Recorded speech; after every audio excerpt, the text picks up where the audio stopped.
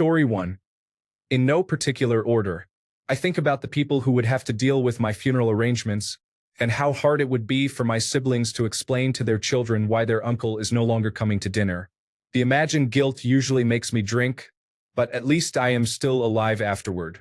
I go to a crowded bar and drink a lot. Usually, I am alone for the first few minutes, but if it is the right kind of bar, I find single-serving friends who are also looking for a distraction. I force myself to go for a walk while listening to a long podcast. If my mind is crowded with other thoughts, I think about suicide less. I force myself to go to the gym and lift weights until my body is on fire and I am too tired to feel anything else. I text friends for no reason, just checking in and saying hi. The dopamine rush from a text back sometimes helps. I set a timer and tell myself I have 5 minutes to wallow. Then I will do something else, such as a grocery run, gym, or long walk. Story 2. I think of my children. Takes me out of it, at least to some degree. I could never abandon them like that. I hate the thought of them going forward without my enduring love and support. I have made many mistakes in my life. I have done things I am not proud of. I think about ending my life almost daily. But I also know that I am a good father and that my children adore me and rely on me for emotional support, affection, and guidance. I love them deeply. I have lived with depression my whole life. I can remember it even as a 5 or 6-year-old child, although I did not understand what it was at the time. If I have come this far, I can go further, if only for them. Story 3. I think about the pain I would cause those who love me because there are people who love me even when I do not love myself. Story 4. I will do it tomorrow. Note, I am not suicidal. I have been in the past, and my way of dealing with it was to always say, I will do it tomorrow. And when tomorrow comes, I will do it tomorrow. Story 5. The biggest motivation is having someone who depends on you. The drive to protect and provide is powerful. Story 6. I get pretty creative with it. My best idea is to mount a chainsaw on the wall and run into it neck first. Story 7. We are men. We go to work to forget about it. Then we play music loudly when we drive and drink ourselves to blackout to avoid thinking about it at night. We are only here to be an automated teller machine for our family. As long as the automated teller machine is full, nothing else matters. Story 8. I use my "it is what it is" phrase most of the time. It will eventually run out, but you have to put the chips on the table if you want to survive that wave of thought. Or encourage myself to see the look on their faces once I crash and burn, and they finally realize I was never strong. Story 9. It's still a daily struggle. I just know how much it would affect certain people in my life. I am not a religious person, so the fear of the unknown keeps me alive as well. Story 10. We deal with it to a point and then find a way to avoid dealing with it. This implies 1. Living in a zombie-like, emotionless state, not truly living anymore. 2. Committing to the act, not truly living anymore. We usually do not have people to talk to where we can share our feelings. If we do, we often get one of 2 responses. 1. You are a man, grow up. 2. Being gaslit into thinking what you feel is normal. This is why 3 out of 4 are men and yet nobody cares. Story 11. For me, it is the thought of what it would do to my parents. It is a big reason I dread the day that they pass. Story 12. I think about my family. My mother passed away 7 years ago, and I just think about how upset and disappointed she would be. It is not worth it. It never is. I work out, listen to music, or draw. I loved NASCAR as a kid and can still draw many cars and trucks. Story 13. Medication did the trick for me. I started having suicidal thoughts when I was 11. I never talked to the doctor about it because I did not want to be committed. I have been hospitalized in a psychiatric ward twice because of my words, so I am careful. It took me about a year of working with doctors to get the right treatment. I have been stable for about 7 years now. In my case, an antipsychotic medication changed my life. Story 14. I have young children, and they can be challenging, which is normal for their age, so I need to be present when they need me. My eldest has recently started thinking about death and feels sad when he realizes that I am older than him. I reassure him that I will be around as long as he needs me. He says, but I'll always need you, so I suppose I will always be here. Story 15. A family friend of mine took his own life. I saw how it affected everyone, including myself. I will never put anyone through that because I understand how difficult it is. Story 16. Distraction, sexual activities, projects, work, sports, self-medication, alcohol. No dangerous tools in the house. Medication, therapy, an excellent partner who understands everything. Story 17. I started going to therapy. I also identify what the underlying driver is, focus on it, then try to solve it. Most people, in my opinion, commit suicide because they trap themselves in a box and think no solutions will work, ultimately leading to suicide. If you are thinking that way, radically change what you have been doing. You might find a much better option. Story 18. I have chronic depression and regularly deal with suicidal thoughts. I sold my weapon, stay away from weapons in general, and try to keep my stress low. When I start having thoughts about suicide, I tend to spend time with my puppies or watch heartwarming videos to remind myself that there are still good things in the world worth seeing. Usually, it's just kids or animals being happy, and it is comforting to see that someone out there can still feel joy in life. This helps keep nihilism and existential dread at bay. I have also come to terms with the reality that this is just life for me now. Story 19. At one point, I gave in. I ended up in the intensive care unit, then the psychiatric unit for a few days. The things that helped me the most after that were support groups with mostly functional people. In the hospital, many people are not connected to reality, so group therapy is a waste of time. Story 20. I don't have them, but I remember hearing somewhere, suicide is a permanent solution to a temporary problem. There is always help. Story 21.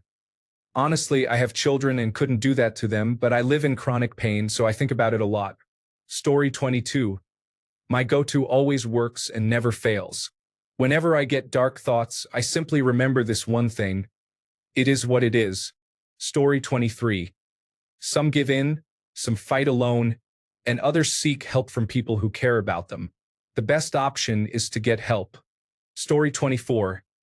There is a new Marvel movie every couple of months, so that keeps me going. You might think I am joking, but I am really not.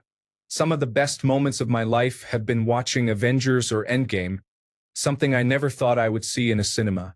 I am glad I was alive to see Sinners in theaters with an audience. Find the thing you love to wait for: new video game, car, shoes, concert of your favorite artist, travel destination, sports team championship trophy. It does not matter what it is. If you cannot love yourself, start by loving something else so much that if you do not want to stay alive for yourself, stay alive for them. Pets and plants make good options too. Get a cat, hamster, or dog. Stay alive for them. They need you to live. Story 25. Unfortunately, some men do succumb to these thoughts. As for me, I try to think about the good people in my life. The idea of my mother finding me in such a terrible situation is horrifying. And as gruesome as that thought is, it prevents it from happening. Story 26. I used to go the selfish route. Find one thing that brings me joy and concentrate on that. These days I have dependents. I'm not sure if they factor into keeping me going, but I do keep going. That idea about men not having anyone to turn to is real. Some of us figure it out, some of us don't. I hope you figure it out. Story 27. I just had them last year. I was on some new medication, and it affected me badly. I became severely depressed and emotional. I was focusing on my wife's sexual past and feeling very insecure. Then my wife told me she doesn't know how many men she slept with. That was almost the final blow. I wrote a suicide note. I had thought about how I was going to do it. But then I thought of my daughters and I couldn't go through with it. I went to therapy, but it really didn't help. Finally, I started practicing meditation and stoicism. I came to the realization that she didn't do it to hurt me. She's been faithful to me since we've been together. She's an incredible wife and mother. I said the depression and suicidal thoughts went away. I still have questions about her past, and those questions run through my head every day. It's been 18 months. Before, when I thought of it, I would be overwhelmed by anguish. That feeling is gone, but the questions remain. Story 28. When I was in nursing school, I attended some meetings in the psychiatric hospital. One man there was around my age, and he talked about how he had a shotgun in his mouth but kept thinking about his mother's face. That was when he put it down and picked up the phone. That story always stuck with me. I will say one thing: drugs and alcohol never really help with any of it. Story 29. I was feeling suicidal when I was younger, and I thought about how my parents and siblings would feel. I know how much they love me, and I would not want to leave them with the trauma of losing me, especially by my own hand. Luckily, I am doing very well now because that was a dark time. Story 30. I cut my alcohol consumption significantly. I still drink on special occasions, but never at home and never alone, or at least that is my goal. I also started going to the gym over a year ago. Doing both of these things has greatly improved my mental health. Story 31. Some of us do not, but those gentlemen are not here to help answer this question. Call 988. Talk to a therapist. Story 32. Bury it. Ignore it. Drink it away. Turn to pornography, drugs, violence, where we get help. Unfortunately, that is not socially acceptable. Story 33. Therapy taught me that ending your life is a permanent coping mechanism for what are likely temporary issues. It's easy to feel trapped in a bottomless pit when you constantly feed yourself the same negative thoughts and behaviors that keep you there. Climbing out is the hard part, but if you don't do it, no one will do it for you. That means getting up when you don't want to, working when you don't feel like it, eating something after starving yourself by not getting up, doing the dishes instead of letting them pile up and smell bad, doing your laundry and folding it when you don't feel like it, taking a shower when you don't feel up to it, going for some exercise when you don't have the energy or motivation, doing your hobbies even when you lose interest. It's the small victories that hold back the darkness and keep the demons at bay. I've met many men going through thoughts like these, and fortunately, I have never met one who went through with it. It is normal nowadays to feel this way in a world that tells men they don't matter. Their problems aren't serious, they shouldn't complain, they should toughen up, and worse, even tells men to end their lives because nobody cares about them. I only called one of those hotlines once before in my life, and they didn't help me. Yet everyone is surprised when a man actually does it. I try to be there for my brothers, and I've heard countless stories of men considering ending their lives. But the ones you hear about too late are the ones who closed themselves off and hid away in a dark room until they found all the wrong reasons to go through with it. This is why hotel rooms all across America have a Bible in each room, to be a small ounce of hope for those men who sequester themselves away and might find God in that moment when it's almost too late. What helped me was realizing that nobody was going to rescue me. If I prayed to God, I knew He wouldn't help me until I helped myself, until I got out of bed and got something to eat. In the Bible, Elijah the prophet was being hunted to be killed. He escaped from his persecutors and found himself resting under a juniper tree. He gave up and yelled to God, "I have had enough, Lord. Take my life, for I am no better than my ancestors." He rested and slept. While he slept, an angel came and touched him awake and told him, "Get up and eat." To his surprise, there was freshly baked bread and a jar of water beside him. He ate and then went back to sleep. The angel came again and told him, "Get up and eat, for the journey you are about to take is too much for you." He ate again, this time strengthened by the food, and set out on a journey of 40 days and nights to meet God. Sometimes all it takes is a good nap, some food, and someone to push you to get up, eat, and do something for yourself to find self-realization, overcome your fears, and find your purpose again. The devil prowls like a ravenous wolf waiting for you to be alone and vulnerable.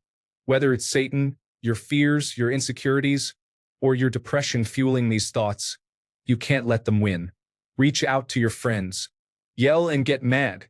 Yell like Elijah. God didn't get angry, He yelled at Elijah. In fact, He let it happen to fuel Elijah's meeting with Him.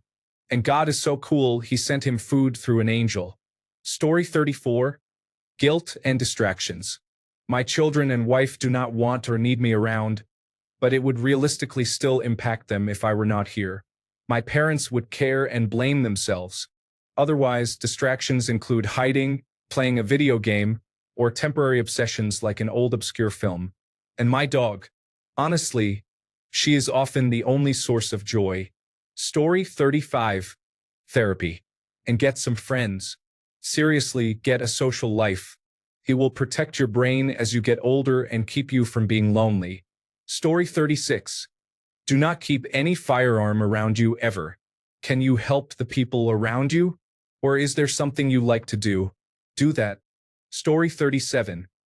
I realize that the decision is no longer mine to make. My life belongs to those who love and need me. While sometimes I long for that solution, I understand that the pain is only temporary and I must endure it like a storm. In addition, I take a large amount of antidepressants and anti-anxiety medications. Story 38. I honestly just wade through them. I know I will not go through with it because a few key people rely on me being here. The problem will come once I have outlived them, but that is a bridge I will cross when I get to it. Story 39. We ask for help. Depression and suicidal thoughts are conditions that you cannot overcome on your own. Story 40. I honestly do not know. Sometimes, I get mad at myself for not being able to go through with it. Other times, I just wait for the feelings to pass. But I do not know why or how I keep going. I just do. Story 41. Therapy, or if it has progressed to the planning stage, a psychiatric hospital. I see a lot of jokes here, but it seems like a sincere question. If you are dealing with this, get help. Tell a trusted friend, your doctor, or someone. I told my doctor, and they found me an in-network therapist. Doctors do not judge in a professional setting. Story 42. Ignoring them or thinking about my wife and daughter and how much damage I would do to them if I decided to do it. Story 43. Remember, it affects not just me but also the people who depend on me. Remember my responsibilities. Play video games. Story 44. Physical exercise is important. I feel its effects when I am less physically active during the week. Setting clear goals with a plan to execute has kept me busy and distracted from it as well. Story 45. Statistically speaking, by committing suicide, I choose to stay alive and prosperous out of pure spite. Story 46. I want to know how One Piece ends and play Grand Theft Auto 8. Life is something I have to fast forward through like a boring scene in a movie. Story 47. As someone who has had many suicidal thoughts over the years from different circumstances, I have 2, maybe 3 things I do to deal with it. 1, it is not going to be forever. Whatever issue you are facing, it will pass. Nothing is forever. 2, I am just a stubborn person. This idea builds on the first one. It is difficult right now, but it may be a little less difficult tomorrow, so let's see how tomorrow feels. Then tomorrow comes, it may still be hard, but I made it through one day of this depression, so I can make it through another. One day at a time. 3 pets. They give me a reason to live. If I kill myself, realistically, who will care for them? Or who will give them the same attention and affection I give them? I know their personalities. I know where they like to be scratched. I know how they like to play. Not to mention, I am the one truly consistent thing in their life. So if I end my life, I will be taking away the consistent thing in their life. I may not want to keep living for myself, but I will walk through hell and back for my cats. Story 48. I think of reasons why not to do it. I hate myself, but I know some people do not. My friends, my family, I love them, and I feel guilty and selfish just thinking about making them sad or causing them to lose someone they love.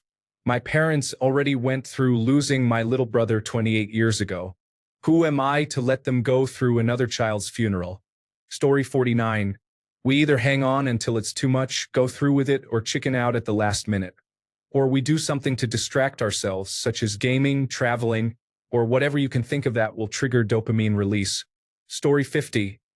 I just think about being my parents' only child and not getting to cuddle my cat, and that usually keeps the thoughts away for a week or so. Story 51. Therapy helps to a certain extent, and you develop some coping mechanisms through therapy that help you a lot. Story 52. I am a man. I am a therapist. I deal with dark thoughts. 1. Yes, therapy. Why? It helps you gain perspective and work through the contributors to the thoughts, and also understand what you can do. It is best to find an experienced therapist who works with men, someone who won't overreact, is compassionate, and whom you can connect with. You need to understand triggers and the context in which the thoughts arise. What do you think? 2. Are you open to considering medication? It can work wonders and at least reduce the intensity and frequency of the thoughts. 3. You cannot face this alone.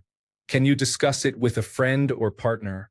Would you consider an online or in-person group with other men? 4. Are there any activities or pastimes that make you happy or provide a healthy break from your mind? Anything that makes you feel engaged? You absolutely can get through this, but it requires opening up to people you can trust. Good luck. Message me if you have more questions. Story 53. Depression is difficult. When emotions fail me, I mostly compensate with raw logic. I remind myself, I am not always going to feel like this. Suicide will cause more problems for those around me, not fewer. How I feel right now is not natural or normal. I tend to sleep through my depressive episodes, but the worst episodes I get through by just calling someone and talking. After all, suicide is a decision you cannot take back later, so if it seems like a good idea, there is no harm in putting it off until later and seeing how I feel then. That is why suicide prevention hotlines are very helpful. If you are honestly struggling and do not have someone to talk to, call them. I have never had to, but as a more mature person now, it strikes me as the last resort my younger self would have needed. Story 54. My dad committed suicide, and I have struggled with suicidal thoughts. I am not sure I will ever take that route because I always seem to manage to push through. I have learned that time can change everything, so even when I am in the deepest depression, I usually have some awareness that it is temporary. That said, I am about to start going to weekly therapy sessions. I habitually bottle things up, and while I can somewhat cope, I really want to work on proper techniques to handle my mental health challenges. Some people benefit from therapy, medication, or both. It really depends. Story 55. I have a few ways. 1. Therapy first and foremost. Talk with my wife and closest friends. Take time to focus on the good things in my life, ideally while spending time with my wife and dog. Exercise or get outside for a while, also ideally involving my dog or wife. Remind myself that nobody benefits if I am not here anymore. Story 56. Lean into my natural laziness and postpone my plan to some point in the near future. It has been working for the last 30 years, so far so good. Story 57. You need to gain enough control of your mind to identify that they are nothing more than thoughts. If you can do that, you can move past them most of the time. But if you are sitting there believing those thoughts, please see a therapist, take medication, and make efforts to improve your life. Story 58. I think about those I would leave behind and those who depend on me. There was a quote from a movie, I forget which one, but it essentially highlighted that those who commit suicide run from the pain and leave those around them to pick up and process it, leaving them bitter and hurt. Story 59. If there is recurrent suicidal ideation, reasonable individuals seek professional help and talk to someone trained in addressing the underlying issues. My uncle was not one of those reasonable individuals, and my mother still grieves for him nearly 40 years later. Story 60. Remove any quick ways to die from the house. Definitely no easy access to firearms. You need to buy yourself time to change your mind, even if in the moment you think you will not. If you do not think you are worth it, consider how it will hurt your loved ones. Push through on their behalf if you must. Story 61. For me, a man with daughters, I would never do it. Guys and girls, would you really want your children, including sons and stepsons, to find your corpse? Sometimes, when you die at home or in a retirement community, there is feces, vomit, and blood involved. If I am going to the hospital. Story 62. On essaie de les convertir en ambition et en action sur la réalité directe, autant que possible. Cela alimente notre détermination dans la vie de tous les jours, peut-être même notre violence envers les autres, mais ce serait un échec. Story 63. In my case, my religion is and always will be the tether that keeps me from going off the cliff, so to speak. Story 64. Work and take risks. I was ready 7 years ago and said to myself, I will get rich or die trying. I was truly ready to die, and at the end of my rope in life, jobless, broke, and more, I was waiting to have only enough money for a bottle of whiskey and a hotel room I could jump from. I started a business and did not care because I was ready to die. We have 100 employees now and are growing. Story 65. I do not have suicidal thoughts. However, I sometimes have thoughts of harming others. I try not to act on them, but it is becoming more difficult. Story 66. I had some suicidal thoughts during a difficult relationship last year, but no matter how bad it got, I have a son and I could never do that to him. While we have had some low points, I believe I am a net positive in his life. That was enough to keep me going when times got tough. Story 67.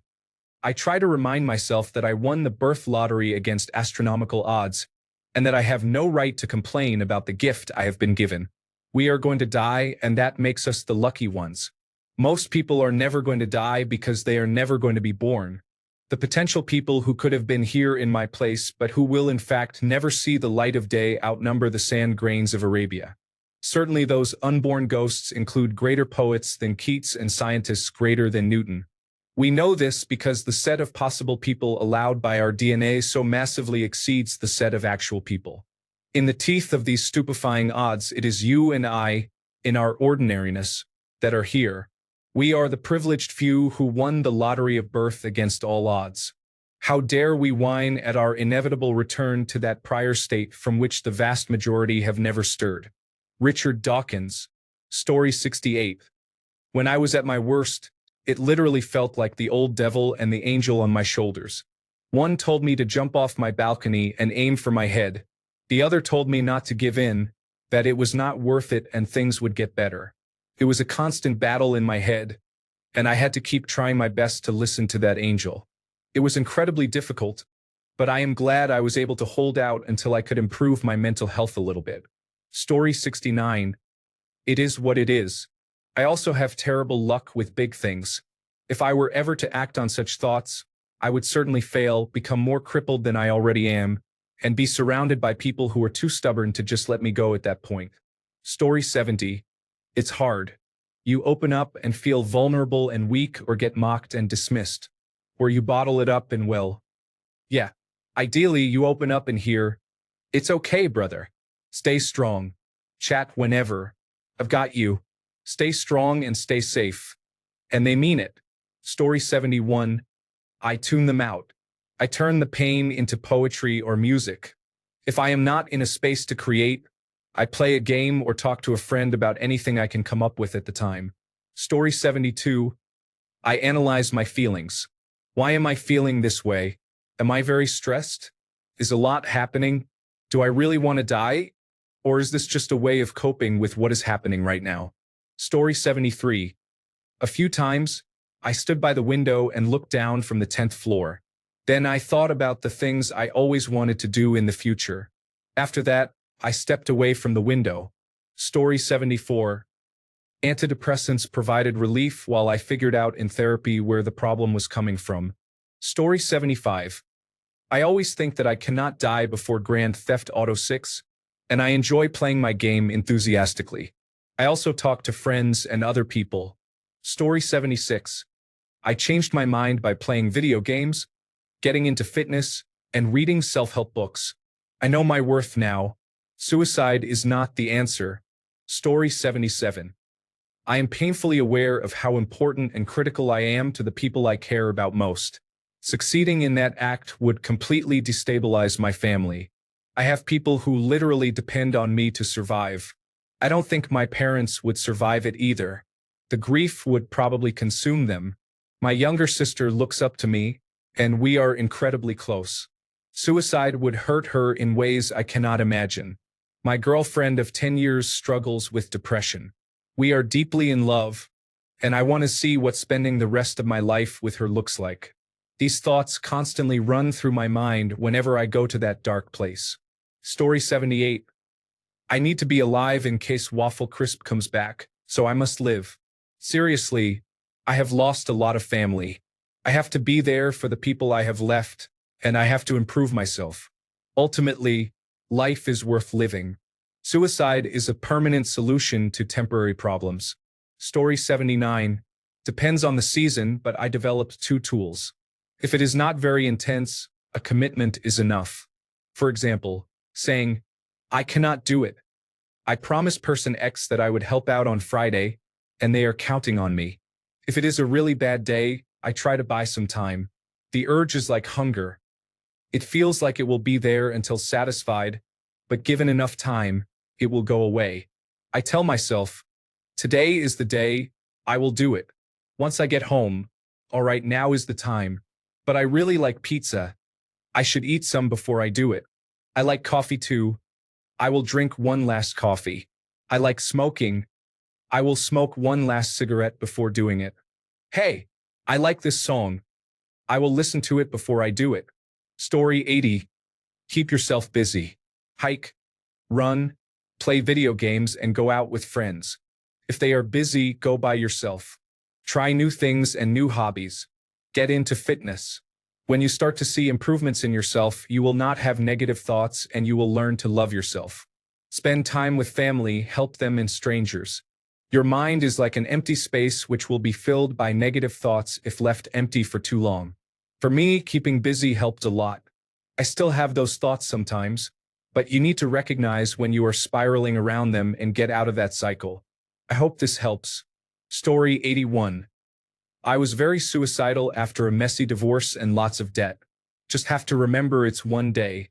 The one day you want to kill yourself is the darkest, worst day. All you have to do is get through it 1 hour at a time. Get through that dark day and tomorrow will be better. Then get through that day. Don't look too far ahead. Don't judge the rest of your life on one dark day. Use everything you have to get through it, then take one day at a time. Never look further. And I promise you one day you will realize your days are no longer dark. You got through it, and when you have been to the darkest of days, it can only ever get brighter. Here, if anyone needs to talk, please reach out. I've been there. I've gotten through it, and now I never want my life to end. Story 82. If you think of life as something to get something out of, then you will either try to live hard or try to end it hard. Both are the same, just different sides of the same coin. Life is meaningless. You just have the opportunity to find your limits. If you do not push, you are already living as if dead. If you push a little, not entirely, then you will be in the middle and have thoughts of more consumption or ending your life. But if you push so hard that you immerse yourself in something bigger than yourself, only then will you live up to your potential and have no thoughts, neither of living nor of dying. We are all just in the middle. Story 83. One thing I've learned in therapy is that dark thoughts are there and will creep to the front and center. Recognize them for what they are, a thought that fluttered into your brain. Suicidal thoughts can be one of them too. It's just a thought until you take action towards them. Story 84. 1. Gym. 2. Great and healthy food. 3. Touch as many breasts as you can with consent. 4. Stop looking at pornography. 5. Start reading books. Story 85. Definitely take deep breaths, hold for 4 seconds, then exhale through your mouth for 6 seconds. The most important activity is exercise or going to the gym to relieve stress and improve circulation. Story 86. Try it, then think of the consequences, then stop. I tried drowning myself, then stopped and just walked away. Did that a few times. Story 87. As a teenager, I used to cut and burn myself. In my 20s, I actually tried a few times. The last time I tried was due to a psychotic episode, which landed me in the hospital with permanent kidney damage from an intentional overdose. After that, and once I started the right medications, I have had neither suicidal thoughts nor psychotic breaks. It has been about 4 or 5 years now. Story 88. I am a teacher trapped in a job I dislike in an unpleasant environment. I have experienced several difficult moments in the past 9 months. I think about the effects of leaving my children behind. I am divorced, so they need their father. Also, I have no idea what would happen to my dog. But mainly, I worry about my children. I tell myself my story is not over yet, even though I am feeling deeply low in life. I do not want to give in to negative thoughts. However, I am uncertain how long I can continue. Story 89. Couldn't do that to my parents. They love me and my brother more than anything in this world. I don't know if my mom would be able to live with such pain, so I stay for them. Story 90. Many people do not. 1 in 4 actually do. Things are improving, and many men are speaking up and seeking help. Story 91. I have a son who is my ultimate support when suicidal thoughts become overwhelming. My brother took his own life, and I vowed never to do the same to my family and friends, although there are many times I wish I had the option.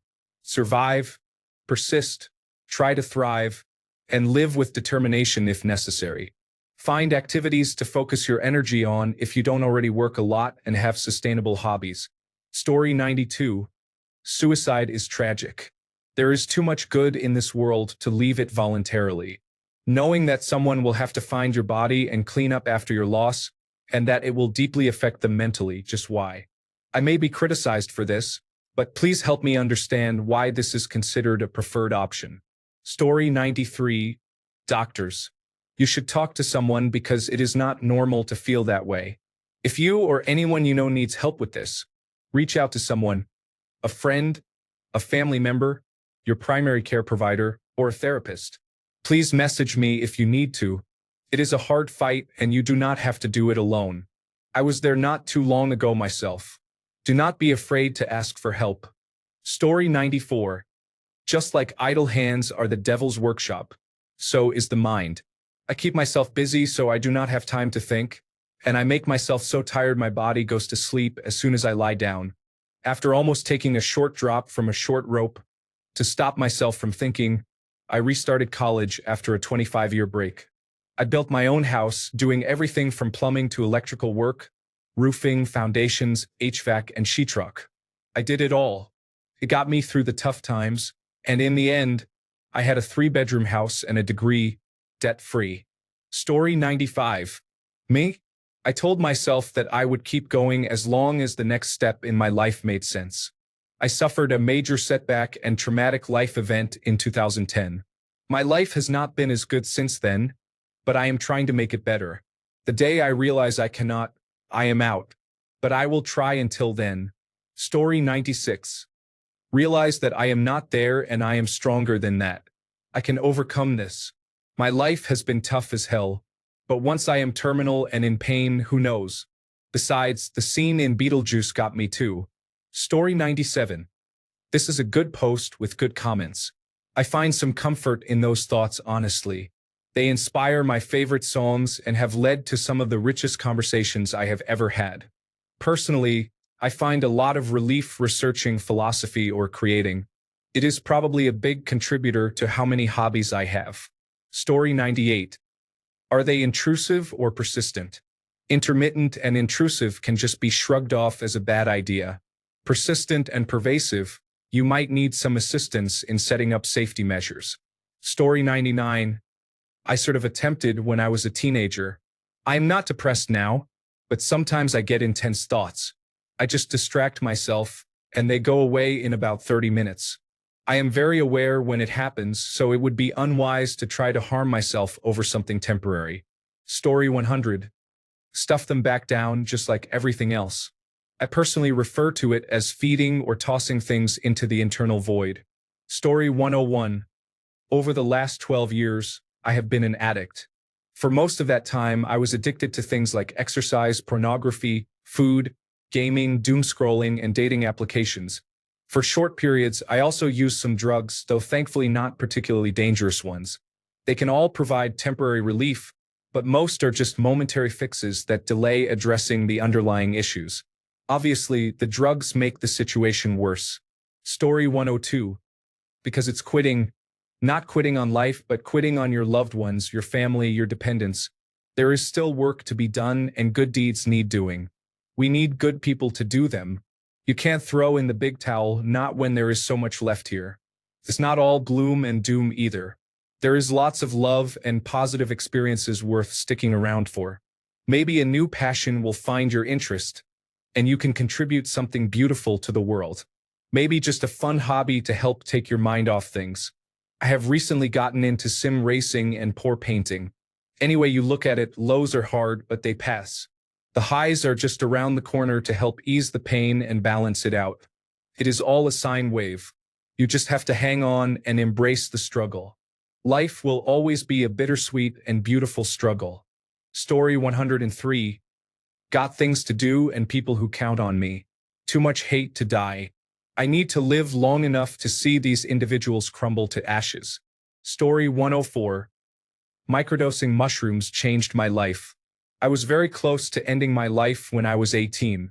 My sister died by suicide at 27, and I am 30 now. We have a terrible, abusive mother and a father who used to be mean but is now very religious and political. Our family is full of mental illness. I lost my job and had to move in with my grandfather, who has cancer and is blind. I became very depressed because I have only one friend. He is gay and loves me, but I am not gay.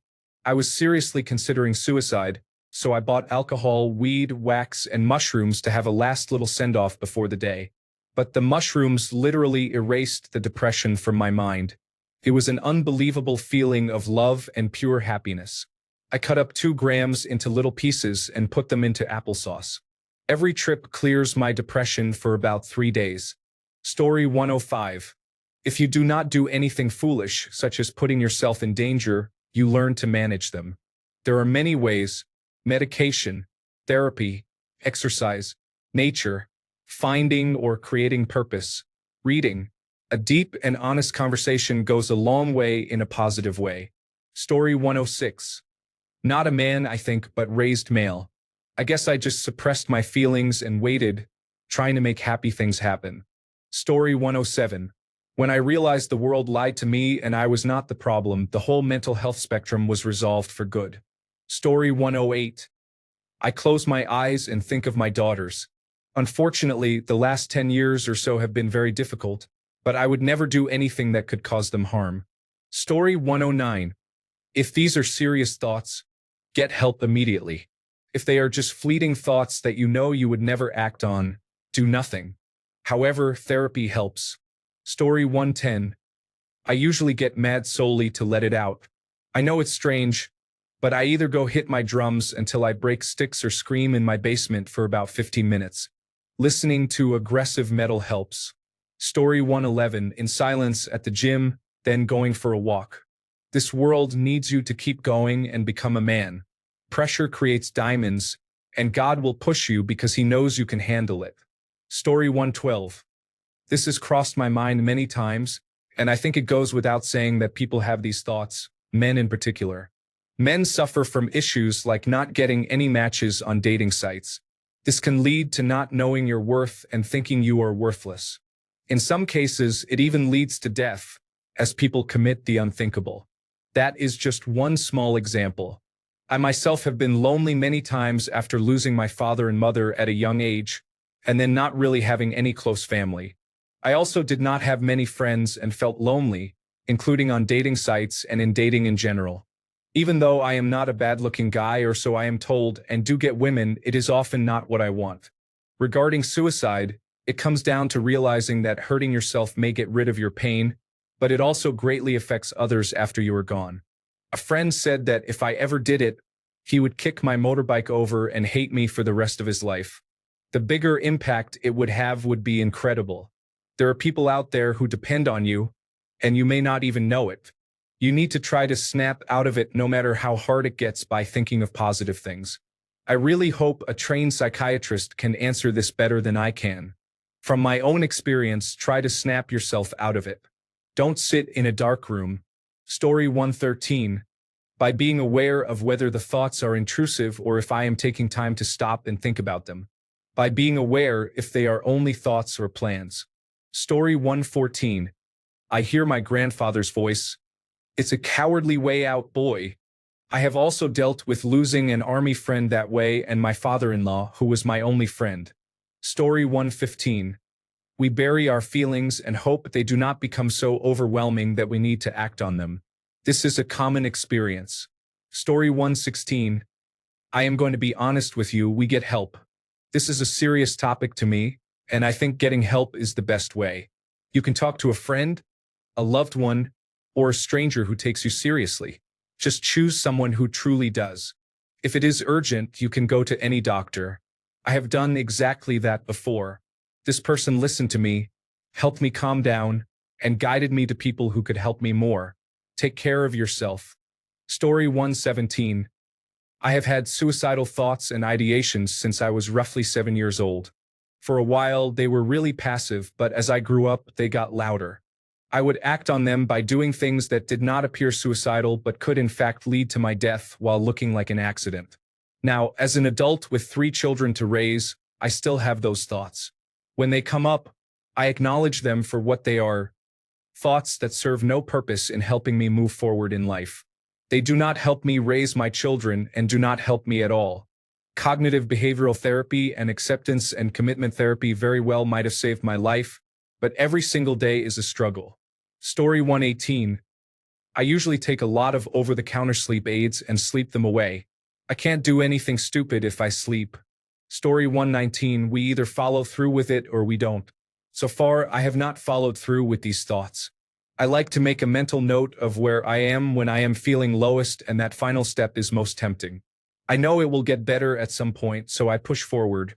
I went camping last weekend with my new partner.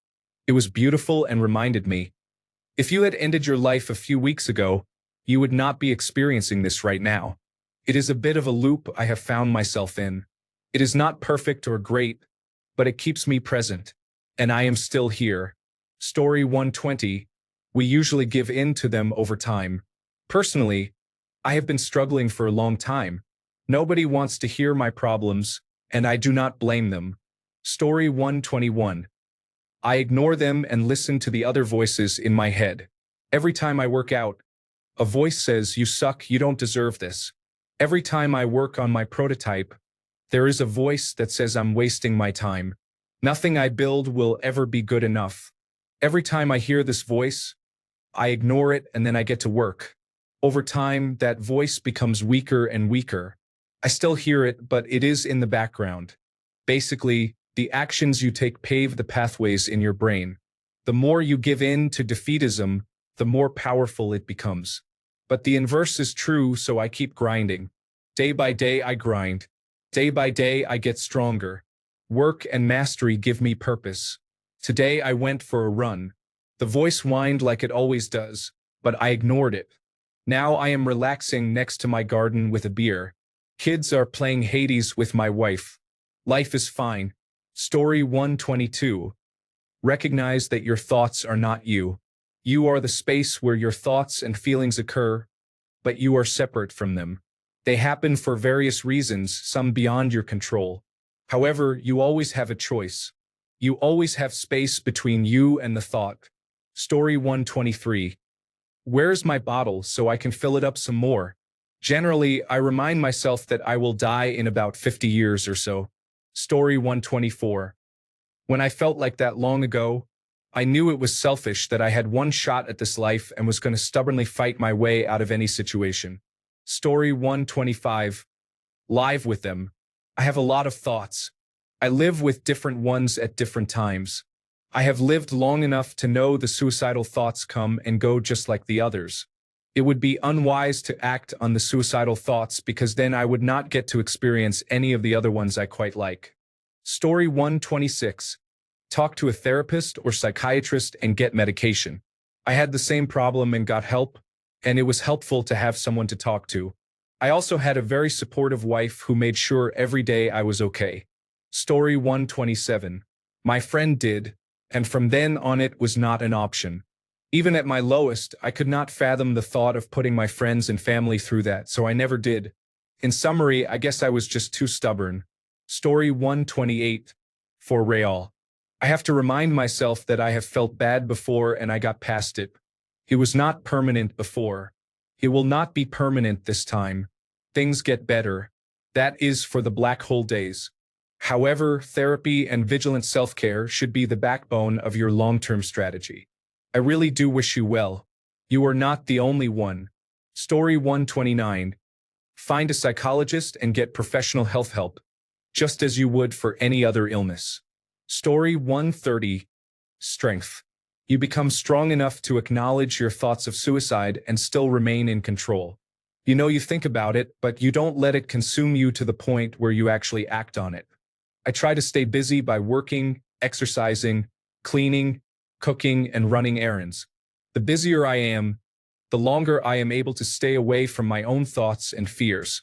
I also really appreciate my alone time. No one around me understands, but my alone time is pure bliss most of the time. Thanks a bunch for sticking around till the end of the video. Remember to subscribe, and until next time, stay awesome and goodbye.